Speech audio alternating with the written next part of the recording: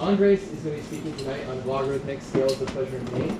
I met Andrés 2 years ago at EA Global. He came up to me and a bunch of other people and was like, who wants to speak about mental health and effective altruism? I'm like, oh yeah, we all are into it. I'm thinking we're going to talk about depression, anxiety, like dealing with like all the suffering in the world. And he starts going on about like solving consciousness and sabotage and hedonic treadmill. And I was like, whoa, this is far more interesting. And so when I heard he was coming to town, I was very excited to come to this. And I'm actually stealing him tomorrow for a podcast interview, so look for that in the future. And Andrés is with the Qualia Research Institute and has a very interesting blog called Qualia Computing, which I've been neck deep in. It's a total mindfuck in all the best ways. So, Andrés, thank you for coming. Thank you, everybody. It's all birthday. Oh yeah, happy birthday. Oh, thank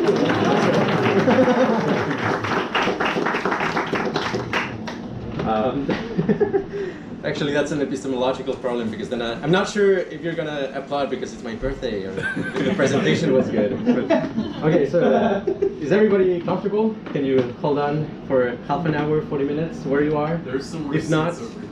yeah, there's definitely more seats over there. If anybody is walking a lot or anything of the sort. Okay.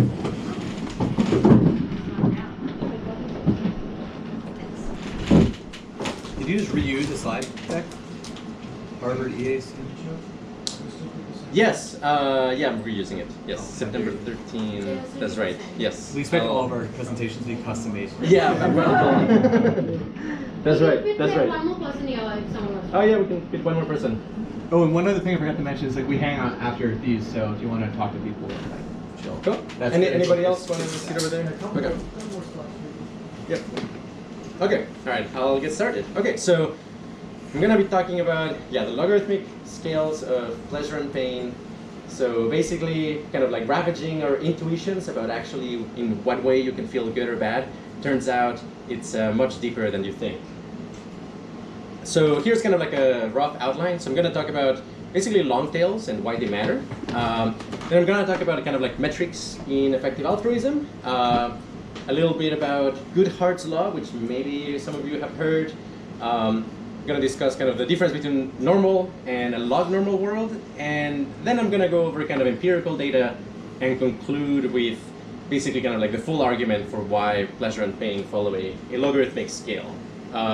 So first of all, cost prioritization in effective altruism. You probably have heard, ITN, like importance, tractability, and neglectedness of causes. And I think like those are really, really great kind of like criteria to use in order to select causes.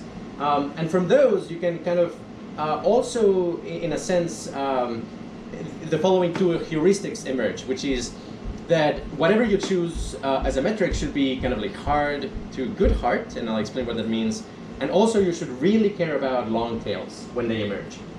So what is to Goodhart something? So the Goodhart's law basically says that if you put up a metric to kind of like measure success, if the metric doesn't actually track kind of like the ground truth of the state, what really matters then is going to be optimized away, and people are going to be, in a sense, like hacking the metric, kind of like following the letter, not the spirit of the law, in a sense. And here's a few examples, right? If your metric in effective altruism is number of people who feel benefited by you, then probably the best way to do that is just send them pastries with a personalized note.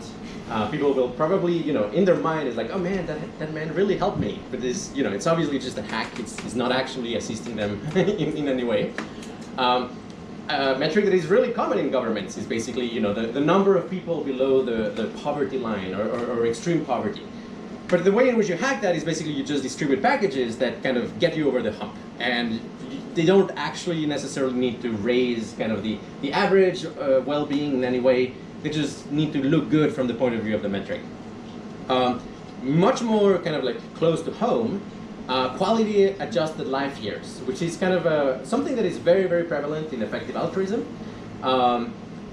It's definitely better than just lives saved or something like that. But it does have a problem, and that is that generally speaking, you will care much more about kind of this concept of functional recovery, basically getting you out of the bed, being able to work and so on. All of these things are kind of like used as kind of a criteria for quality of life.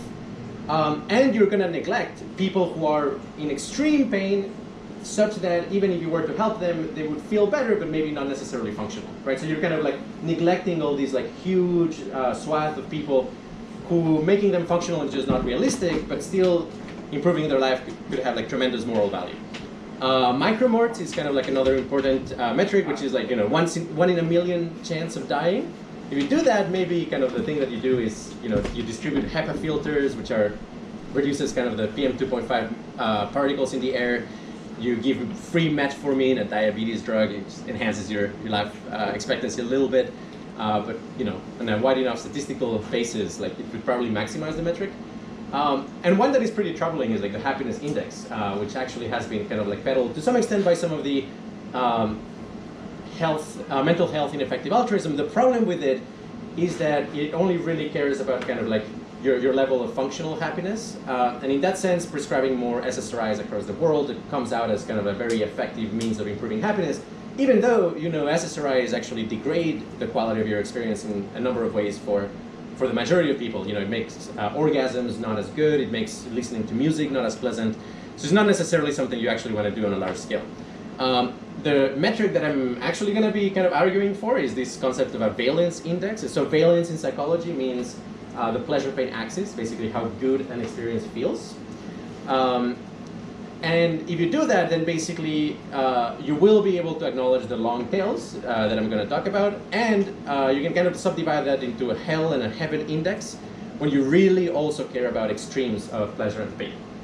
Okay, so now long tails, which is kind of the other really important heuristic for doing effective altruism. So, you know, long tails, these terms are like thrown around. I'm just going to talk very, very superficially to kind of like give you a little bit of a lay of the land. So Pareto distribution is essentially the same as a power law. They're almost synonymous. The only difference is that a power law basically tells you, hey, like what percentage of people fall within, you know, a given value, a specific value. Whereas Pareto distribution is what percentage of the entire volume of whatever you're counting is accounted for by, you know, the bottom 80%, the bottom 90%. It's kind of like this cumulative distribution. But they're both talking about power laws. Very relatedly, you have kind of Zipf's law, which is, again, the same, essentially the same as a Pareto distribution. The only difference is that it's talking about discrete distributions. Pareto principle, you know, you've probably heard like the 80-20 principle. So that gets confused usually with a power law, but really this is Pareto principle is a power law where the parameter alpha has been set to 1.16, and it just happens that empirically a lot of things have kind of like that parameter as the empirical value. But really the 80-20 and 80-20 rule is kind of a special case of a power law. Now the log-normal distribution, which is actually what I'm going to be talking about and modeling all the empirical data with, that's really just taking a normal distribution and using that as the exponent of a number. So like e to a normal distribution. And it looks very skewed depending on basically what the values of the normal distribution are. But basically, unlike a power law, with a log normal, you can kind of have this bump. You have kind of, you can start at 0 and then kind of like go up and then decay, as opposed to like necessarily kind of like be have a high value at 0, which is like what a power law implies. So that's just, you know, a little bit of lay of the land. Long tails in effective altruism, they show up all over the place. You know, how charities are evaluated from the point of view, for example, GiveWell. They look at, okay, how many quality adjusted life years do you get per dollar if you donate to different charities? And you know, that's very good. It gives you this something that really looks like, well, it definitely is a long tail, and it seems to be kind of a power law, where, you know, the top 1% of charities are not just a little better than the median, they're like hundreds of times better than the median. And kind of like if you have this framework, it really pays off to actually invest time and energy on deciding where to donate or where to volunteer time, rather than just, you know, jumping right into what seems exciting in the present moment. Other metrics that in effective altruism are very commonly used are lives saved per dollar, catastrophic events prevented per dollar. A lot of people in the X risks kind of area think about in those terms. Or number of non-human animals saved. You know, how many pigs did you prevent from living in a factory farm and so on. And in pretty much every analysis that you see in EA Forum, in most of these cases you see a long tail. There's like a few things that have these massive payoff. The typical case is very mediocre, and then like the bulk is like not very good. Now, I would say that in a sense, like this generalizes to the general world, like, and specifically also to valence. That if you're trying to kind of improve the quality of life of people, you will generally also see kind of like a long tail distribution, and specifically a log normal distribution. So, kind of like what is kind of like a good analogy for why should we, in a sense, expect the intensity of, for example, suffering or the intensity of happiness to be distributed in a long tail fashion? So here I'm going to make an analogy with avalanches. So avalanches are like a really good example of a long tail distribution in physics. So if you measure basically what is the size of avalanches across all countries, like in a given year, if you just count every single avalanche that happens and you plot it in a log plot, it's going to look like a straight line. It does seem to be a long tail. Now, kind of like something that emerges out of that is that if you think of the sizes of avalanches across all countries as kind of the root long tail distribution, there's a lot of long tail distributions that kind of emerge out of that. For example, avalanches per year per country. If you plot that, that also is a long tail distribution.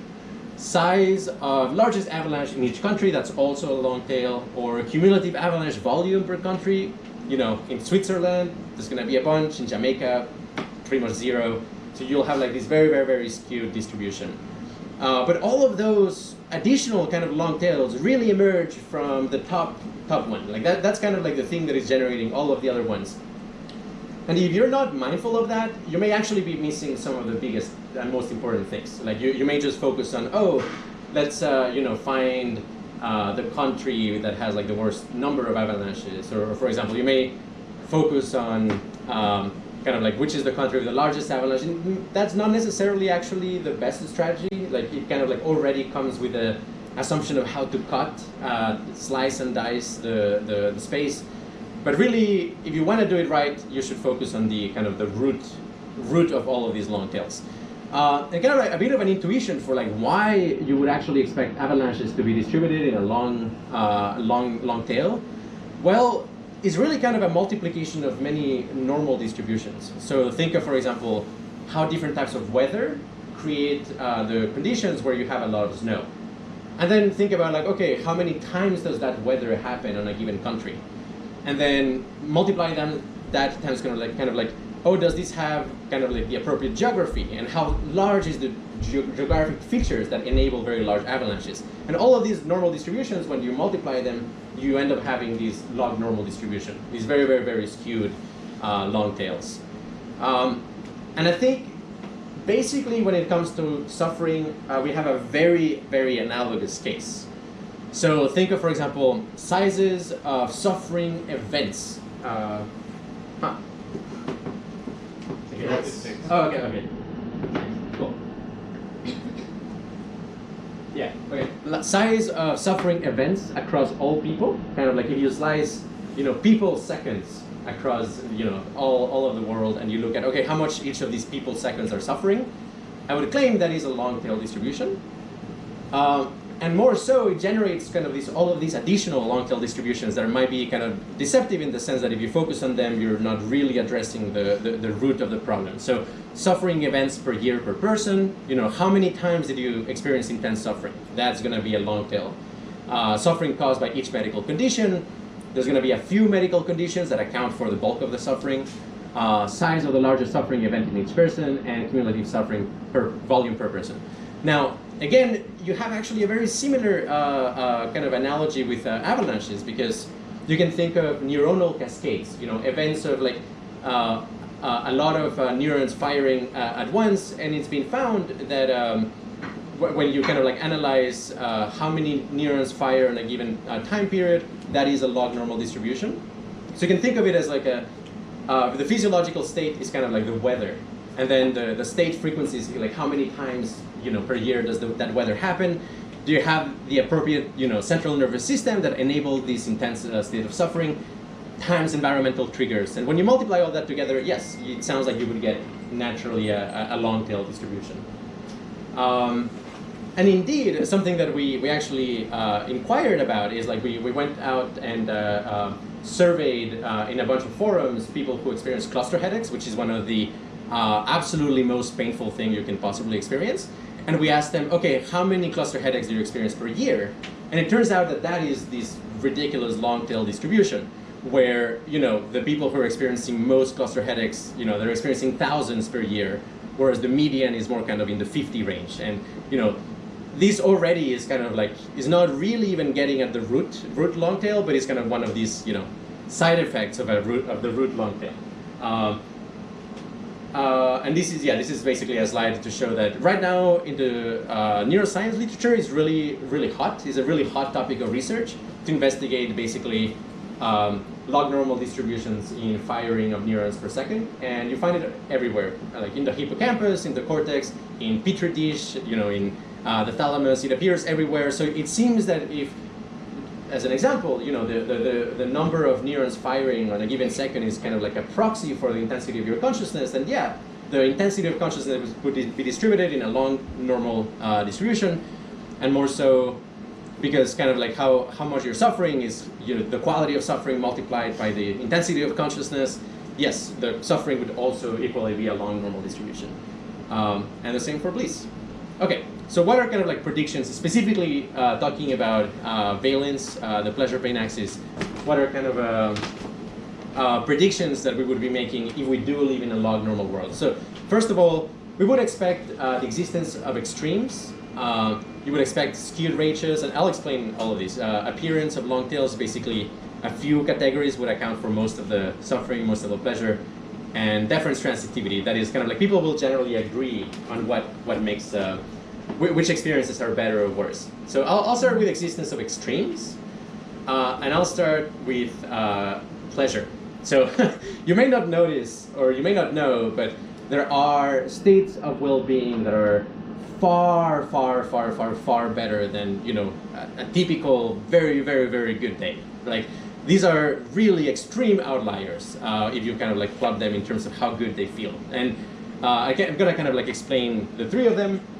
First, jhanas. So jhanas are states of concentration that you achieve if you meditate for many hours a day for a number of years, and you're very, very focused on actually making them happen. And there's 8 of them, and they get increasingly better. And here are like kind of like typical descriptions of them. So like the jhana number 1 is described as continuous multiple orgasms. Jhana number 2, opening a birthday gift and getting exactly what you most wished for over and over again. And jhana number 3, post-coital bliss, and it continues to get better after that. You have kind of, in fact, like it gets so good that it stops actually being about specific external events. Like people describe it as like jhana 4 and above. They are what they call it formless, absorption into infinite space, as they call it, absorption into consciousness, into nothingness, and then neither nothing nor something. It's very strange, like why would those be extraordinarily good subjectively, but they seem to be far superior to like orgasm, massages, getting a promotion. Just they're completely outliers when it comes to how good they feel. Now, a second example of kind of extreme cases. So a temporal lobe seizure. So studies reveal that about 2% of people who have temporal lobe seizures experience incredible states of pleasure and well-being. A very famous quote-unquote sufferer was Dostoevsky. He described it as a happiness unthinkable in the normal state and unimaginable for anyone who hasn't experienced it. I am then in perfect harmony with myself and the entire universe. And he is not alone. In a study conducted in 2009, it was found that kind of like you could decompose these states of extreme well-being of temporal lobe seizures into kind of 3 categories. First is the heightened self-awareness. I would really just rename it as intensification of consciousness or consciousness expansion. And an example quote is, during the seizure, it is as if I were very, very conscious, more aware, and the sensations, everything seems bigger, overwhelming. It's kind of, your consciousness gets multiplied, which sounds absurd, but it seems to be the case. Second is physical well-being, a sensation of velvet, as if I were sheltered from anything negative. And finally, intense positive emotion. This is a 60-year-old woman describing it as, the immense joy that fills me is above physical sensations. It is a feeling of total presence, an absolute integration of myself, a feeling of unbelievable harmony of my whole body and myself with life and the world and the all. And that's, yeah, temporal lobe seizures, highly recommended. Not from personal experience. And finally, oh, it's a shame not that great resolution, but okay, so 5-MeO-DMT. Okay, so it's, I mean, okay, actually, a show of hands, who has heard of 5-MeO-DMT? Okay, maybe a few people. Who has heard of regular DMT?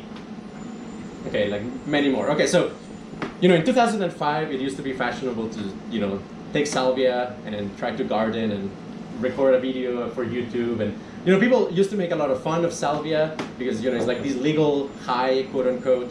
But it turns out it's usually a very, very unpleasant experience. And DMT, on the other hand, people describe it as kind of this, like, you know, extremely fascinating, higher dimensional, you know, expansion of consciousness where you meet alien entities and whatnot. And it's true, in the internet you will find a lot of people saying like salvia and DMT are completely different things. If you've tried salvia, don't think that because it's a breakthrough drug, in a sense, is going to be kind of similar to DMT. They're completely different headspaces.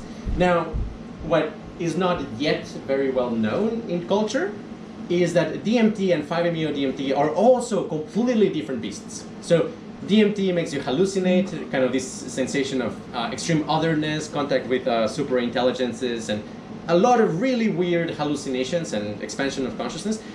But it tends to be very mixed when it comes to kind of the valence component. Like it feels good and weird and strange, but it's not a bliss drug, so to speak.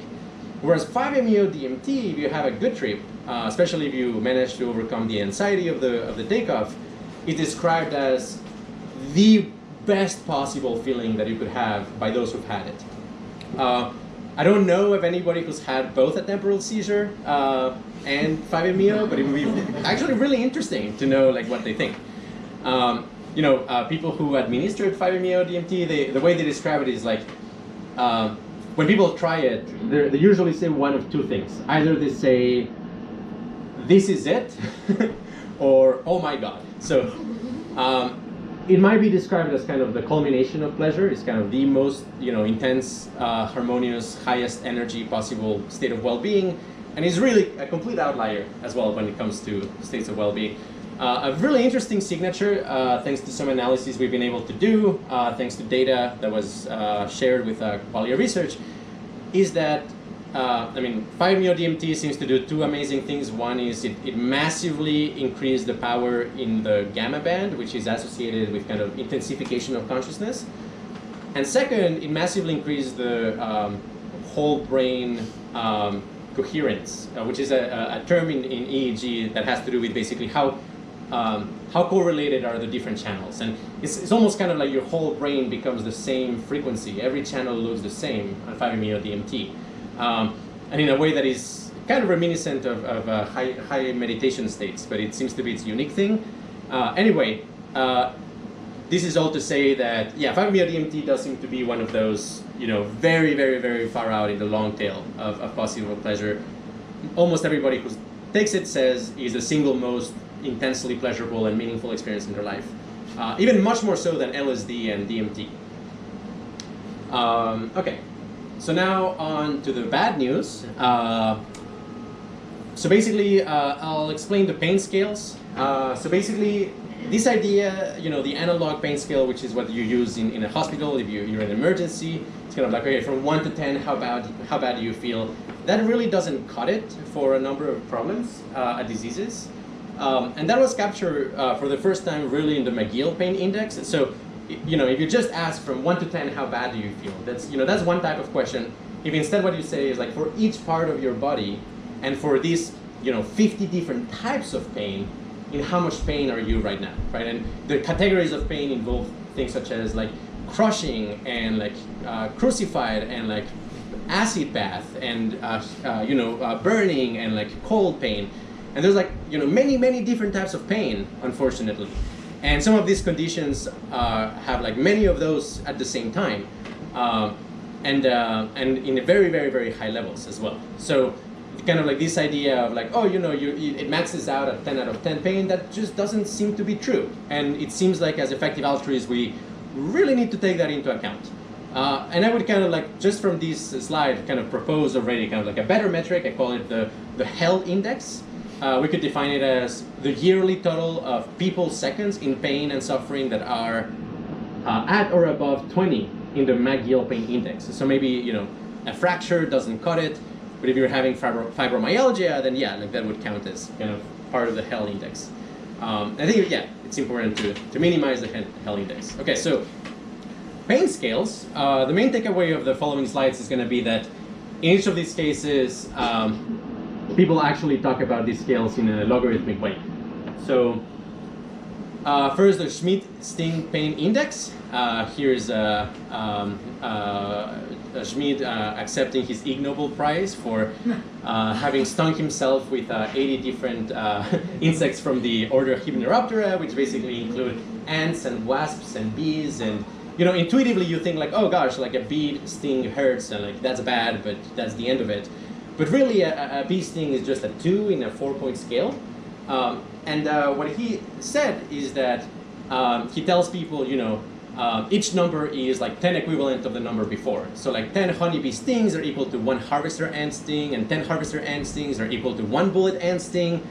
And again, this sounds insane to most people. It's like, how could something be 10 times more painful? But then think about how you can just achieve the same with bees already. You can basically stung yourself 10 times in different parts of your body. So like you can already kind of like multiply pain that way.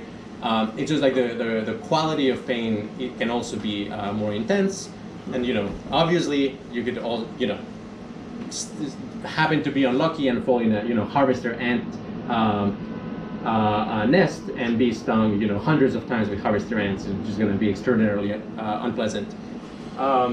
But yeah, the point is that Justin Schmidt himself kind of admits the scale is exponential in nature. Then the Scoville units, basically this is kind of like a proxy for how spicy different things are. In a sense, this is not exactly a pain scale, it's just a really good proxy for a pain scale, but the way you determine basically the Scoville units of a sauce or a pepper is basically you take a little drop of it and then you dilute it on water. And basically you see like what proportion of water do I need to add for it to be impossible for you to detect any spiciness in the remaining kind of like water slightly contaminated with capsaicin. Now I would make a very strong prediction, which is that if you take the logarithm of the Scoville units, that's going to give you basically the scale for how spicy different things are. And you can see that different peppers. The Scoville units, range across like a very extreme values. It's definitely a long tail in this context. It might be kind of tempting to trivialize this pain, but I would not recommend trivializing it. So Amazon reviews of extremely spicy sauces are actually a gold mine when it comes to phenomenology of pain. So I'm just gonna read this review. So had just a drop to test it out, just a drop. It burned so hard I had to stop everything I was doing and just lay down and a huge glass of milk to hopefully get rid of the pain. The pain does not go away for an hour. I honestly wanted to die as an easier option rather than face the agony again. It made my stomach tingle and even hurt my throat. I was looking for ways to safely saw my tongue off to feel the sweet mercy of relief. I recommended 5 stars. I think that's actually kind of it does go in the direction of kind of trivializing the pain, but yeah, people are saying like the sauce does what it says. That said, I would not actually recommend any of you buy this stuff. Because if you read the Amazon reviews, it's super common to basically see, it's like, oh, I was at a friend's house and I saw, that bomb beyond inside in the fridge. And I felt like it can't possibly be that hot, and then I ended up in the ER and with PTSD. So it's like not actually recommended. Okay, so probably the most serious of the pain scales is the KEEP pain scale, which classifies different grades of cluster headaches, which I described is one of the most painful things you could possibly experience. And yeah, the creator of the scale is somebody who suffered with cluster headaches for many, many years and tried many types of medications and kind of like recorded how many they experienced each day, how medications affected them. And yeah, basically says the KEEP scale is used in an exponential way. A KEEP of 10 is not just twice as bad as a KEEP of 5, it's 10 times as intense. Okay, so that's kind of actually, yeah. So that's kind of like the predictions. The first prediction, like existence of extremes. I think like we've established there are extremes. What other predictions do we have from kind of like if we live in a log normal distribution for valence? So the second one really is you would expect kind of like very skewed ratios. That is, people will typically say that their number one best or worst experience is not only a little bit best or a little bit worse than the second one, but a lot better or worse, like perhaps even multiple times better. So to kind of like test this, we conducted a survey. Again, this is super low hanging fruit, very, very cheap. The only expensive thing here is actually the labor of tagging all of the survey responses. But again, like, this is just to kind of like seeing the general population, what bothers people, what makes people happy. Yeah, we collected 110 participants. 97 had like enough quality for us to use them.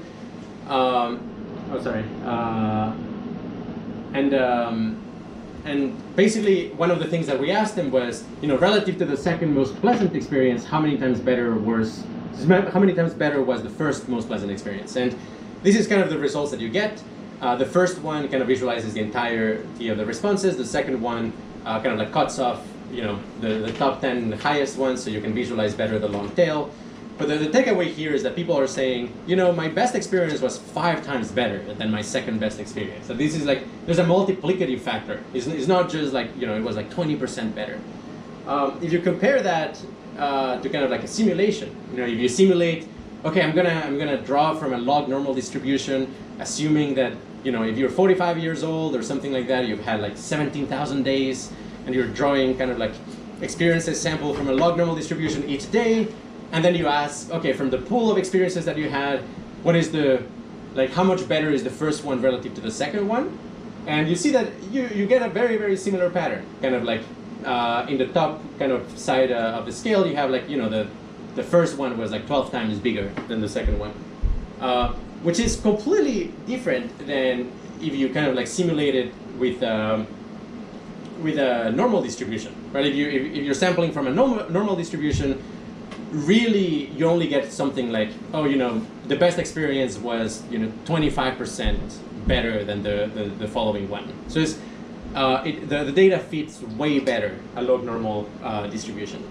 Okay, so appearance of long tails. So basically this is kind of the prediction that what will bother people will generally be from a small category of events or small category of medical problems.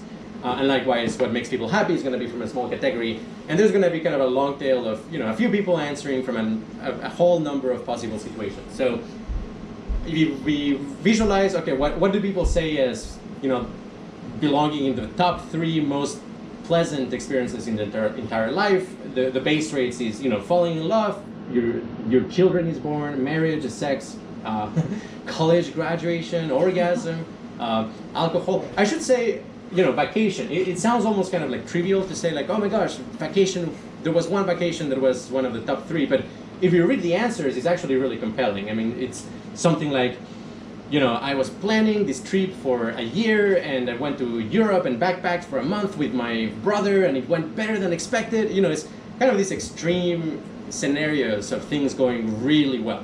And also, falling in love is not just, this random person I had a hookup with. It's more like, I was in love with him for 7 years, and he was way out of my league, and one day he confessed his love to me, and like, okay, like this kind of movie almost kind of like movie-like situation is what people tend to report as some of their best experiences. Why is sex differentiated from orgasm then?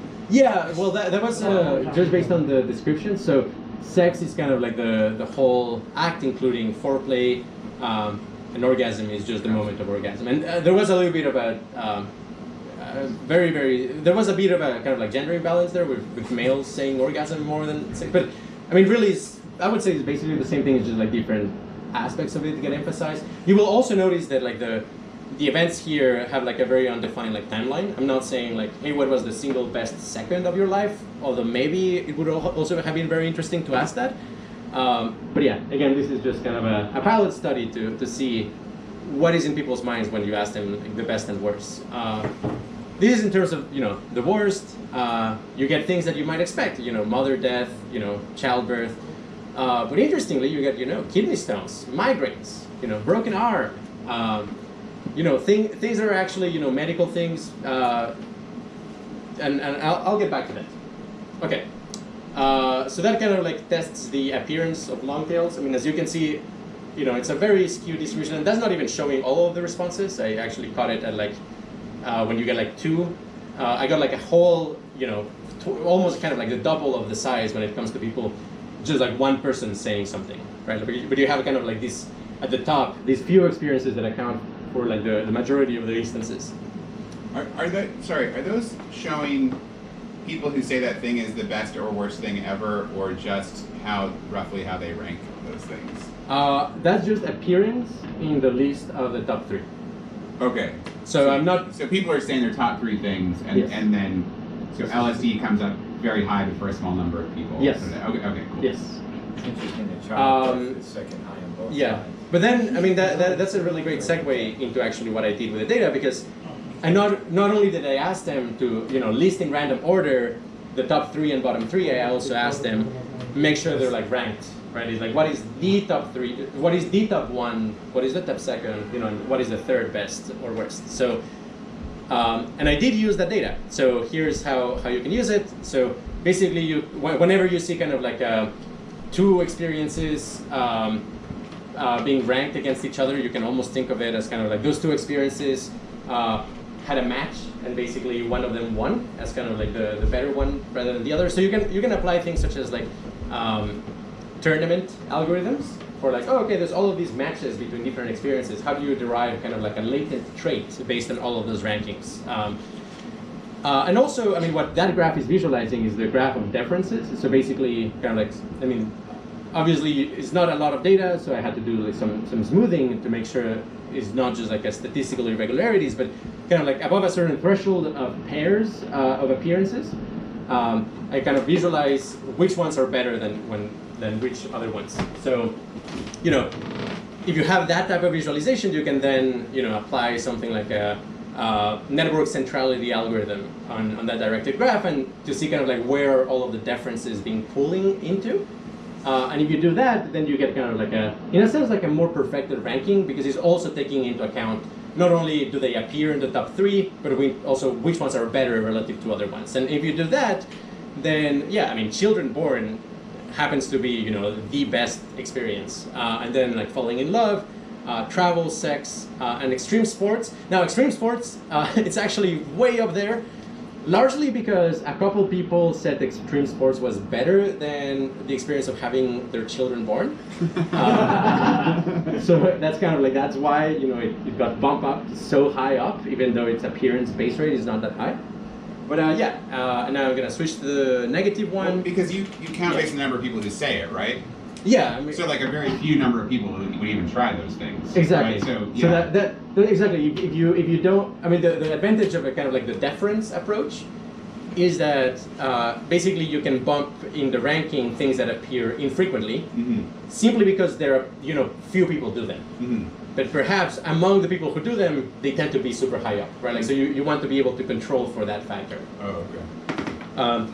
There's like, yeah, other ways of controlling for it, but this is just one that produces a nice visualization. I would recommend going to the actual website, and you can kind of explore the graph and see who says that what was better or worse than something else. And if you do this, with the bad stuff, you also get kind of an updated ranking with, you know, father, mother death, childbirth, car accident, you know, divorce of parents also was pretty high up.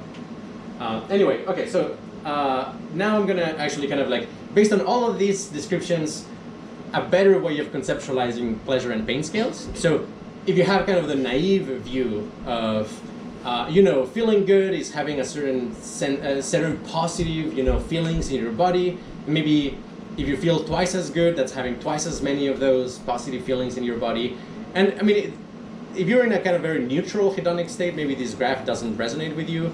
But if you're receiving a massage, you kind of will, you know, understand what I'm talking about when I say like amount of good feelings in your body. Like there's a sense in which that's kind of like there's an amount of it.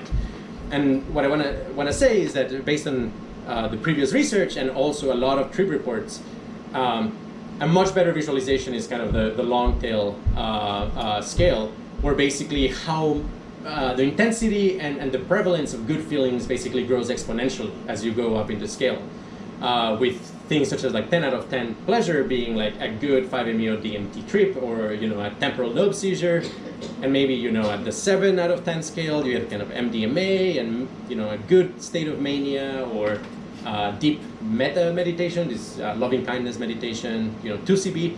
All of that stuff can be really way up there and is counterintuitive how insanely good it can actually be. Now, yeah, warning, I'm gonna switch to the negative one. I don't like to think about it, but honestly, I thought it was important to visualize. So based on kind of descriptions of people, you know, cluster headaches, they say it's not that you just have kind of like a fire going on your head. They say you have kind of a supernova of pain. It's like something, you know, out of this world, really alien in terms of intensity and quality that just shouldn't even exist to begin with. But yeah, this is kind of like in a sense, more evocative of what may actually be true when it comes to extreme suffering. With you know, fibromyalgia, childbirth, amputation being like a 7 out of 10, and these other worse things like cluster headache, segmental neuralgia, and complex regional pain syndrome being in kind of the upper ranges. This is, yeah, kind of like visualizing them at the same time for contrast. Okay, so I'm gonna kind of round this presentation with a brief discussion of kind of like key pleasures and pains, which again, because a few things produce such intense hedonic responses, it actually makes sense to kind of like be very object level about what these things are. So key pleasures, I mean, definitely I was surprised with, for example, MDMA, LSD, psilocybin actually showing up in the general population, even though the base rate of people using these substances is relatively low. I mean, if you look at surveys, it's about like 10% of people have tried MDMA, you know, and I got 5 responses out of 100 saying MDMA was their top experience. So that means that, you know, maybe, again, not a very large data set, but approximately, you know, half of the people who've tried MDMA will rank it in the top 3 best experiences. And the same with psilocybin, LSD. That is something that we already kind of knew. There are these studies where they give, for example, you know, methylphenidate, which is Ritalin, a stimulant, it's kind of cocaine, or psilocybin in a placebo-controlled way, and then they ask them, you know, how would you rate these experiences? And you find that, you know, more than 60% would rate the high-dose mushroom experience as among the top 5 best experiences. To kind of like zoom in on having a child. I mean, I do remember the mother of a friend of mine in childhood saying like, oh, the moment I had, you know, your friend, I held him for the first time, I believed in God. Which is like, the experience was so out of this world that I thought, like, yeah, this can't be explained otherwise. And reading through the responses, that's kind of the general sense that I got. So here are some actual quotes. Obviously, I'm taking out anything that could de-anonymize it, but, you know, it's having a child it is almost an indescribable feeling. I felt like I understood the purpose and meaning of life at that moment. I didn't know it was possible to feel the way I felt when I saw her. You know, I was the happiest I have ever been in my life. That moment is something that I will cherish forever. The only other time I have ever felt that way was the subsequent birth of my other 2 children, right? It's something so out there in kind of like these extremes, long tails, that it's kind of like a category of its own. The only other thing that can compare is other instances of the same category. It was an unbelievably emotional, and I don't think anything in the world could top the amount of pleasure and joy I had when I got to see her and hold her. This is also true for fathers. For example, I was 21 when my son was born. It was amazing. I never thought I would be a father. I did not realize that I could love someone or something so much. So I guess like the takeaway here is, yeah, people generally are very surprised with how good it feels to have a child. So coming next, a drug that makes you feel like you just had 10,000 children. No, but yeah, I mean, presumably there's like some brain areas that are basically just completely reserved for that experience. And you just need to kind of like make the brain actually believe that this is happening for those brain areas to finally get activated. And, you know, there are completely other categories. So, key pains, things that definitely were interesting to find was kidney stones and migraines, childbirth, death of father and mother. Very common, but not in the same level, at least when you do kind of the deference analysis, is broken bones. You know, that's a super common problem. Teeth problems, tooth abscesses, you know, the wisdom teeth, all, you know, and romantic breakups. Those are kind of like very, very common, but they're not in the same level, presumably maybe by a couple orders of magnitude as the ones above. Where does poverty fall on the scale? Poverty? Yeah. There was at least 2 people who said like financial ruin. If you had to guess on your 1 to 10 exponential scale, where do you think it would generally be? I don't know. 3? I don't know, but I wouldn't put it, you know, in the same category as like childbirth or kidney stone or something. Now, okay, so kidney stones and migraines. Well, I'm gonna say a super surprising thing here is that, you know, the base rate of kidney stones, you know, 10% of people get kidney stones, and I got 10 people saying that kidney stones was one of the top 3 most painful experiences. Meaning that pretty much anybody who has a kidney stone will rank it as like among the worst experiences they could have. And the same with migraines. The base rate of migraines is about like 10%, and also 10 people said migraines was one of the most painful things in their life. I mean, that's in a sense like, I would say that's a huge blind spot when it comes to effective altruism. Is like, hey, there's like these, you know, hellish experiences that are extremely prevalent, happening all the time, and there's actually ways of tackling them, preventing them, and treating them that are like cost effective and scalable, and we're just completely blind to them. So that's probably one of the takeaways I would give of this presentation. Think more about kidney stones and migraines. I mean, honestly, that might be very object level, but seriously. In the context of migraines, and this also applies for cluster headaches, surprisingly, LSD, psilocybin, and DMT are actually ways of treating these in a way that seem to work way better than what's actually available in the pharmaceutical options. So, you know, legal alternatives, for example, Imitrex is perhaps like the best thing for cluster headaches.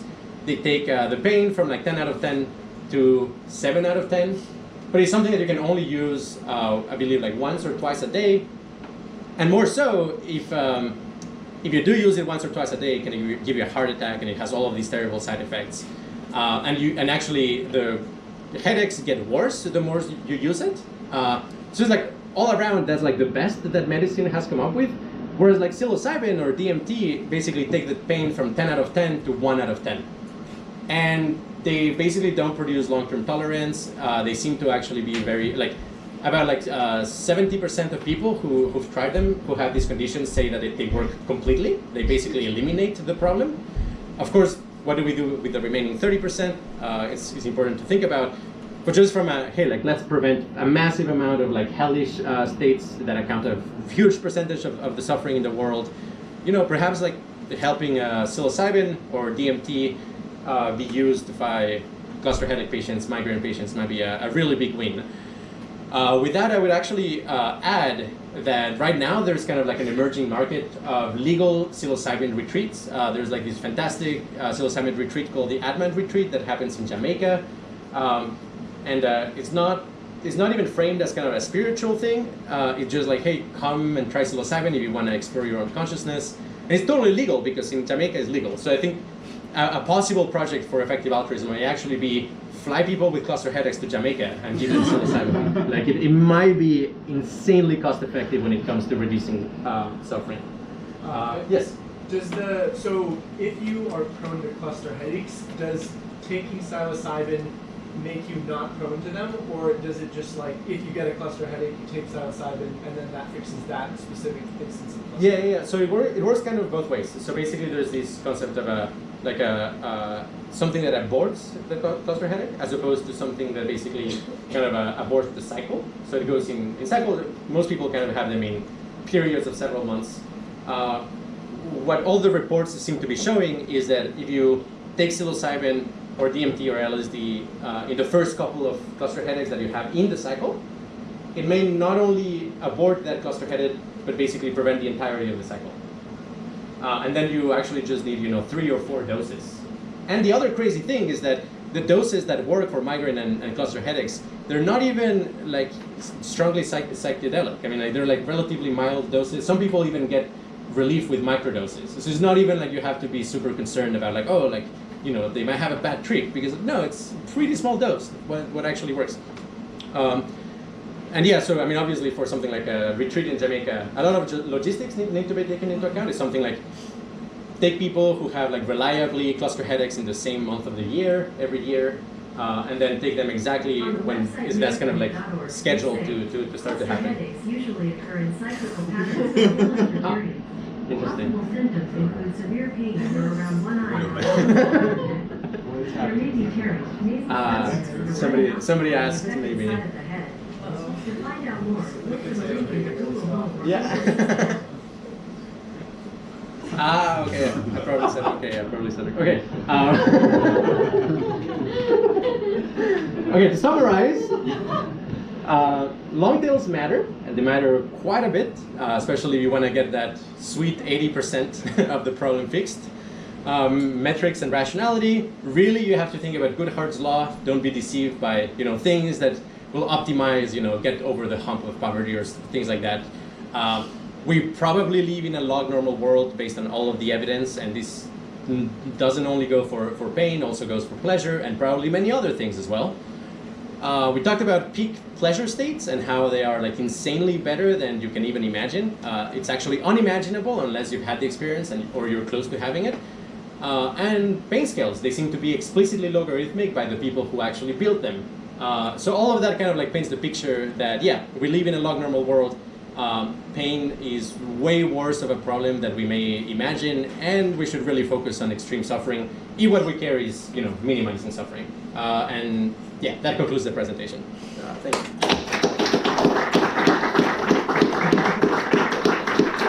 All right. Cool. Maybe 5-10 minutes for questions, or cool. Why not try to legalize 5-MeO DMT? Yes, we are. Repeat the question, please. Why not try to legalize 5-MeO DMT? And or put it in the water supply. And or put it in the water supply. Well, okay. There's a few things. Come on. Right. No, it's not orally active. You do need to either inject it or vaporize it. Unlike regular DMT, it is not advisable to take a MAOI in order to prevent its breakdown. It's actually toxic. Like if you take like harmaline, which basically you use it to combine it with DMT for ayahuasca, and you combine it with 5-MeO DMT instead, it might be really bad. It kind of like tends to lead to medical emergencies. So the only safe ways of actually doing it is vaporizing it or injecting it. I would say kind of the main problem here is that there is a risk for bad trip. And also those are about the worst. Got it.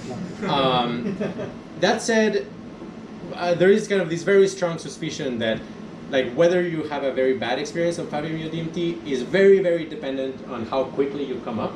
Basically, if you come up too quickly, you get a panic attack, and then the panic attack gets amplified by the intensification of consciousness. But if you're coming up slowly and you kind of like do it carefully, or you do it with a injection pump in a scheduled way, then most people are totally fine with it. The other alternative might actually be taking it in conjunction with MDMA, which I read online, a number of people say it works really, really well. That said, there's a subset of people who always have a really good experience on 5-MeO DMT. From the point of view of Qualia Research, 5-MeO DMT is super important. Obviously, I would say it's like probably the most important drug to study when it comes to like figuring out what the nature of heaven will be. And but I would say, rather than let's rush into giving it to everybody, I think like no, let's figure out who should we actually give it to, so that we can study it scientifically, make a scientific movement that really takes it seriously. I think like that's the way to go. A quick note: it's legal in Canada to buy. Yes, it's legal in Canada and Mexico, and we are interested. There's no plans, but we're interested in the possibility of maybe recruiting a bunch of really smart people and take them to Mexico and try them, and basically record the experience, write the experience out. Just make it, yeah. Like put them under MRI or EEG or something? At least EEG, yeah. And I mean, even the EEG shows like really promising data, kind of like a plug for Qualia Research Institute. I mean, we have the theory that pleasure has to do with the symmetry of your brain state, and 5-MeO-DMT, this amplification of gamma coherence would be a very strong signature of harmony in the brain. The fact that that correlates with extremes of bliss is a really good news for the symmetry theory of valence and the research of Qualia Research. Yeah. Harrison? Yeah, not really a question, but Adam Lerner, who's an EA NYC member and a bioethics professor at NYU, independently came to a similar conclusion that like the worst suffering and severe depression is what he came to as the worst suffering. Yeah. Should be of like great moral concern to us. Okay. So if you're interested, I can connect you guys. Absolutely. Yeah. Thank you. That's awesome. Cool. Over there.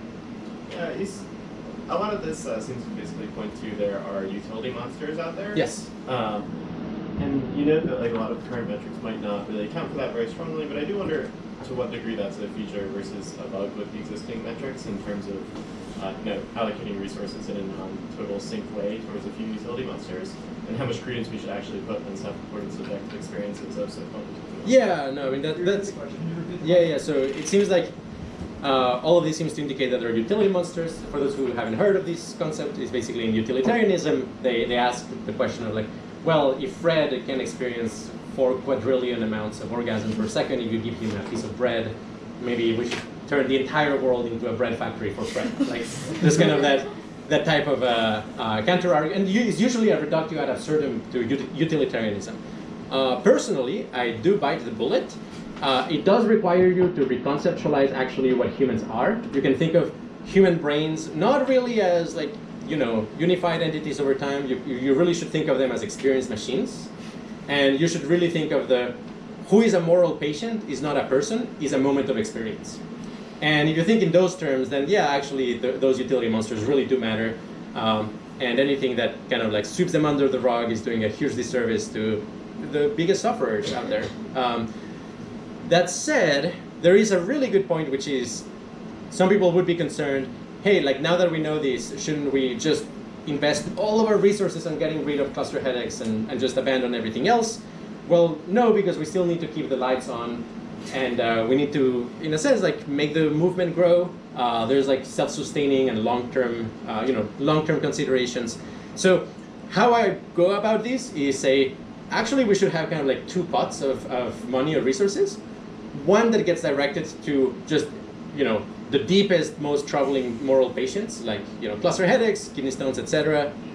And the other pot is kind of like using it in order to take people who are kind of like in a painful state that is dysfunctional and getting them over the hump into a highly functional state. So that allows you to basically actually grow. So, and the difference here is basically how much pain can a person endure before they become dysfunctional. And when it comes to, for example, being able to write code or type a paper or like give a presentation, the kind of like the threshold is something like, if you are at 2 out of 10 pain, you can do it. If you're at 4 out of 10 pain, you can't. So actually investing resources on taking people who are 4 out of 10 pain and moving them into 2 out of 10 pain will increase the functionality of those people. Whereas, taking people who are like 10 out of 10 pain and moving them to like 6 out of 10 pain, that's a huge, huge moral success. But it doesn't actually grow the movement forward. It doesn't actually grow effective altruism because those people are going to continue to be dysfunctional. So I advocate kind of this twin approach of improve the functionality of people at the same time as tackling the deepest moral patients. Yes? What are your thoughts about non-humans as subjects of experience and subjects of health? Oh yeah, no, I think, yes. I mean, we, at the Qualia Research Institute, we take really seriously animal sentience or non-human animal sentience. Something that comes out of kind of this analysis is that the priority should actually be on investigating which species suffer the most, and then also, are there species-specific type of suffering that may be also astronomical that we may not realize? And it seems that that's actually kind of true. I'm not sure of like species-specific, but for example, it is known that cats suffer from cluster headaches, and cows also can suffer from cluster headaches. So I would say like, oh, we should also really consider that as an important thing to care about. Yeah, I mean, in the broader space, I would say the exact same argument as before. Like, let's allocate, a big chunk of the resources to the deepest suffering. The reason why I think humans are somewhat of a priority is largely instrumental. That they are the only animals who can actually do something about it. So it is important to allocate some resources in human survival and human well-being, feeling better than well, so you're hyperproductive, and not only exhaust all of our resources right away. But yeah, no, we care very much about it. And I think you were, yeah. I kind of feel like you didn't address like questions of wireheading or drug addiction. Yeah. Does this analysis lead us to the path of like we should just have a super intelligent AI that hooks everybody up to wireheading machine? Right. All of that hinges on a number of things, but a very big one is personal identity. It's like, as I was saying, I tend to see the world through kind of this lens of brains are experience machines. So it doesn't really matter who gets to experience what. In reality, it's just consciousness. There's not really kind of like a metaphysical subject of experience that continues over time in one person. That I would say that's kind of an illusion. In that sense, yeah, I mean, getting a person to be ultra happy as opposed to building an artificial machine that is ultra happy, I would say then the outcome is the same. That doesn't really matter. I'm saying the machine should hook everyone up to wireheading. Sure, okay. I have a piece in Qualia Computing I highly recommend. It's called Wireheading Done Right. So what it's good. Oh, excellent. There's an advocate here. Wireheading Done Right. So basically that addresses the question of, okay, like if we figure out a way to be ultra happy, will that kind of like make us inactive and just be couch locked for the rest of our life? And the answer is, it really depends on how you wirehead. So sure, if you stimulate, the outer shell of the nucleus accumbens, you feel kind of this opioid high without tolerance. Yeah, maybe you will be couch locked for the rest of your life. Evolutionary selection pressures will obviously take care of people who do that. They won't reproduce. But we should, we shouldn't just let people do that and have kind of this moral catastrophe of 80% of the population wireheading poorly. Instead, I think I advocate for a better theory of wireheading, how to wirehead properly, and kind of the principle here is rather than having, so there's like this, let's say like a state of bliss of a certain type, rather than just trying to be there all the time. What you do is you identify different types of bliss. And just to give an example, there's this thing we call fast euphoria, which is stimulants like amphetamines. There's like this slow euphoria, which is opioids and alcohol. And then there's like a philosophical / spiritual euphoria, perhaps better described as pushing the brain to a state of criticality. And that one is basically kind of like maximizes creativity and thought power. So what you would do is basically set up the reward circuitry such that the more you are in one of these types of bliss that has a certain functionality, it makes it easier to experience a different type of bliss. So basically, you wake up in the morning with extreme, amphetamine-like energy. Eventually, you transition to kind of this creativity state, and then this very restful sleep. And basically, in that way, you never get stuck, but you're always in a blissful state. So that's the sort of wireheading I advocate. Yes? What do you think about a couple of things? So one, the nature of these self-reported things, and then whether there's ways to get out of that and self-reporting or outside measurements. And then also, what do you think of kind of hedonic treadmill things? And a couple different ways, but I mean, let's say it's DMT versus alcohol. Like if you had alcohol once in your life, you had DMT every day, and you might flip those scales of like which one's better. And if you already thoughts on that. I mean, the hedonic treadmill is the biggest obstacle for like sustainable happiness. Just to address that very briefly, I also have a piece called anti-tolerance drugs. So I don't think actually, you know, finding a better MDMA is necessarily good for the world, because most likely it's just going to have the same side effects. It's going to feel great for a little bit and then cause this long withdrawn negative effect afterwards. And the same with like a different kind of opioid, you know, you also get addicted to it. It's going to produce tolerance. But incredibly, there seem to actually be substances out there that basically either block, reverse, or prevent, block, reverse, or lessen tolerance development. So it seems that if you take, for example, opioids in conjunction with, there's this weird drug called proglumide, and also, you know, black seed oil and ibogaine, it seems to actually prevent the development of tolerance. So I would be very bullish in terms of like drug development, especially for cases of chronic pain, to not just look at one more opioid. It's like, no, investigate anti-tolerance drugs so we can basically overcome entirely the hedonic treadmill problem.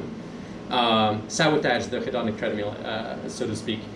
Now, when it comes to kind of like how you know, doing DMT once versus you know, getting drunk in a responsible way, which one like has the bigger area under the curve? Well, the crazy thing is that 5-MeO-DMT actually doesn't have any tolerance, and that's kind of a mystery pharmacologically. So, you know, if you take amphetamines, the next day is gonna feel kind of half as intense if you have like a recreational dose. Alcohol as well, you get used to it very quickly. Psychedelics, you have kind of this window, like 3 days afterwards, if you take the same dose, it almost doesn't feel like anything. Now DMT, regular DMT, also has very little tolerance, but it has immediate tolerance. So if you take DMT and 15 minutes you take DMT again, it's gonna feel kind of half as intense. But after 1 hour, it's like back to normal. Now 5-MeO-DMT doesn't produce any tolerance at all, meaning you can actually take it every 5 minutes and continue to be in that state. So if I was to kind of like optimize my life just for myself and I didn't care about anybody else, I would probably, you know, meditate and be on 5-MeO-DMT all the time. That might be the way to go. Questions? Maybe we can stop the formal questions now, Yeah. and everyone can just like socialize, and I'm sure you'll be around. Yeah, I'll be around. And, yeah, well, thank you very much, everybody.